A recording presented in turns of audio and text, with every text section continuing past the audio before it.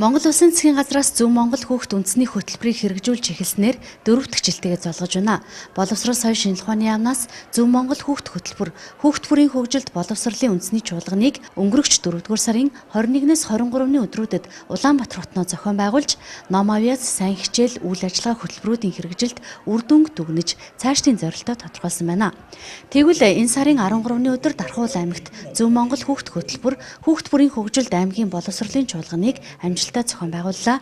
Тус чуулганд Дархуул аймгийн иргэдийн төлөөлөгчдийн хурлын дарга Эрдэнэт, аймгийн засаг дарга Инхболд нарын аймгийн удирдлагууд, мөн аймгийн иргэдийн хурлын төлөөлөгчид 1023 багш сургууль хүмүүжүүлэгч нар сурагчид оролцлоо.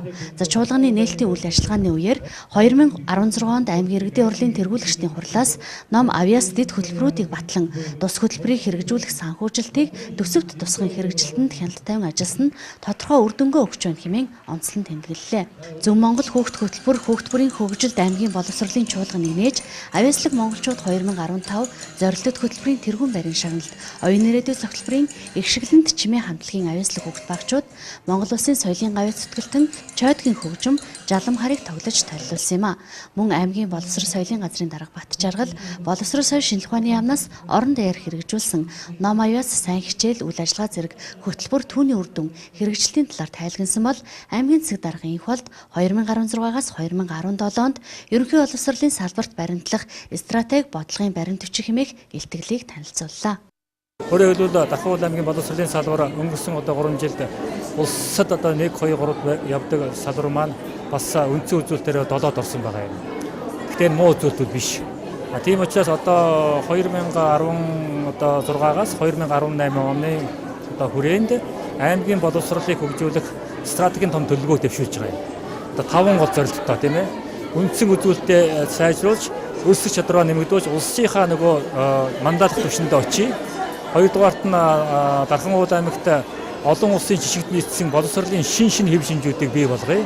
Гуравдугаарт нь Дархуул аймгийнхаа энэ боловсролын салбарын багш нарыг бүр онцгой төвшөнд тодорхой төслүүдээр багш нарын чадамжийг дээшлүүлээ, чадвараа дээшлүүлээ гэдэг ийм зорилт дэвшүүлж байгаа юм. Миний илтгэлийн гол зорилго бол мэдээж сургуулийн өмнөх насны боловсролын 2000 гаруй хүүхдүүд байгаа. Энэ боловсролд хамрагдаж чадахгүй. Эднийг ямар боломж зөв шийдлэр сургуулийн цэцэрлэг байгууламжийг нэмэгдүүлэх үү? Энэ тал дээр илтгэл тавилаа. Багш нарыгаа яаж урамшуулах вэ? Орон нутгийн төсөв. Мөн энэ олон Монгол улсад тэргүүлэх хичээлийг зааж байгаа багш нараа урамшуулах, нийгмийн асуудлыг шийдвэрлэх гэх зэрэг олон асуудлыг багцлсан энэ илтгэлээр ингээд тавьсан байгаа. Одоо удахгүй засаг даргын зөвлөлийн урлаар оруулна, аймгийн иргэдийн урлаараа оруулж батлуулах болно. Эндээ бид нар бол хий хоосон, цаасан тунах биш. Дархны ирээдүг, Монголын ирээдүг авч явах хүүхдүүд маань боловсролтой болгоход яаж бид хамтаараа энэ бодлогоо яаж тодорхойлох вэ?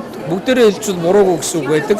Энэ хүрээнд боловсролын салбарт байгаа ажиллаж байгаа багш, сургууль хүмүүжүүлэгчид, эцэг их дархны иргэд бүхний оролцоо чухал. Тийм учраас бүгд ярилцаад, хэлцээд бодлоготой болж хамгийн гол нь тэр бодлого маань хөрсөн дээр буурсан, үр дүн гарсан ийм бодлого байх юм. Энийн төлөө бид хамтаараа зүтгэх болно. Боловсролын чанарын шинжилгээний хүрээнд бага боловсролын сургалтын чанар үр өгөөжийг дээшлүүлэх зорилгоор боловсрол соёл шинжилгээ ухааны яам Дэлхийн банктай хамтран хэрэгжүүлж байгаа сургуулийн тэтгэлэгт хөтөлбөрийн 2-р шатнаас ерөнхий боловсролын 11 төсөл шалгарсан байна. Сайн хичээл улсын технологийн санд бүртгэгдсэн 11 багшид тэргүүлэх зэргийн цолыг мөн үеэр олгосон нь багш нарын урмыг сэргээсэн ажил боллоо. Зөв Монгол хүүхд хөтөлбөр хүүхд төрийн хөгжилд аймгийн боловсролын чуулганы үеэр эдгээр төслүүдэд нийтдээ 67 сая төгрөгийн хөрөнгө оруулалт хийх батламжийг гардуулсан юм а.